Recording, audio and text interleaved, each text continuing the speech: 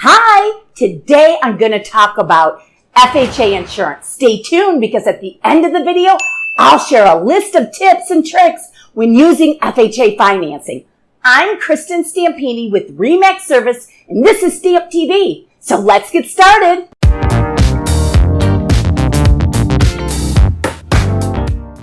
Getting a mortgage backed by the Federal Housing Administrative can be a great deal. Down payments run as low as 3.5% compared to maybe 20% in a conventional mortgage. Rates are lower too. The bank knows that FHA will cover its losses if you happen to default on the mortgage. So you will, however, have to take out FHA private mortgage insurance and keep paying on it for quite a while during your payments.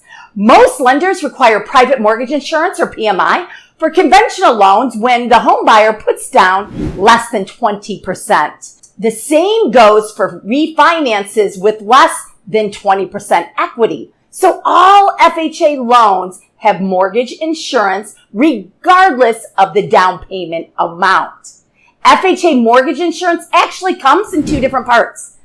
The first piece, the upfront mortgage insurance. So that premium, which equals 1.75% of the loan. So for example, if you buy a home and the mortgage is $250,000, that's basically $4,375 premium upfront. The FHA gets the money at closing, but you don't pay that. Instead, the lender pays the FHA and adds the premium to your loan balance. So you continue paying the mortgage interest on the premium until you finally pay down the loan. And that's how it all works. In addition to the upfront premium, you'll pay a monthly premium that is added to your mortgage payments. This fee varies from basically 0.5% to 1% of the loan amount per year. So depending on the loan amount, the size of the down payment, the term, the number of years the loan is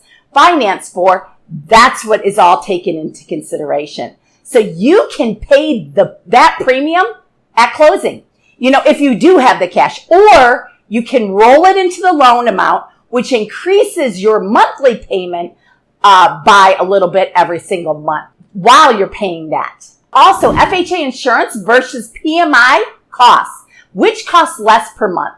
FHA mortgage insurance or private mortgage insurance? The answer depends on your credit score.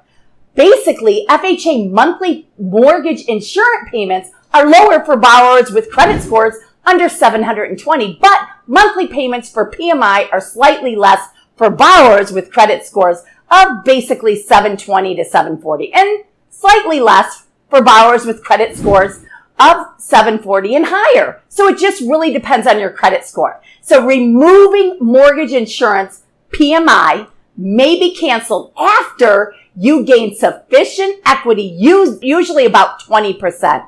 It's canceled automatically after your equity reaches 78% of the purchase price. So FHA mortgage insurance can't be canceled if you make a down payment of less than 10%. You get rid of FHA mortgage insurance payments by refinancing the mortgage into a non-FHA loan. When you put 10% or more down on an FHA loan, you pay mortgage insurance premiums for 11 years rather than the life of the loan. And that's really how it works. So getting a mortgage backed by Federal Housing Administrative can be a great deal.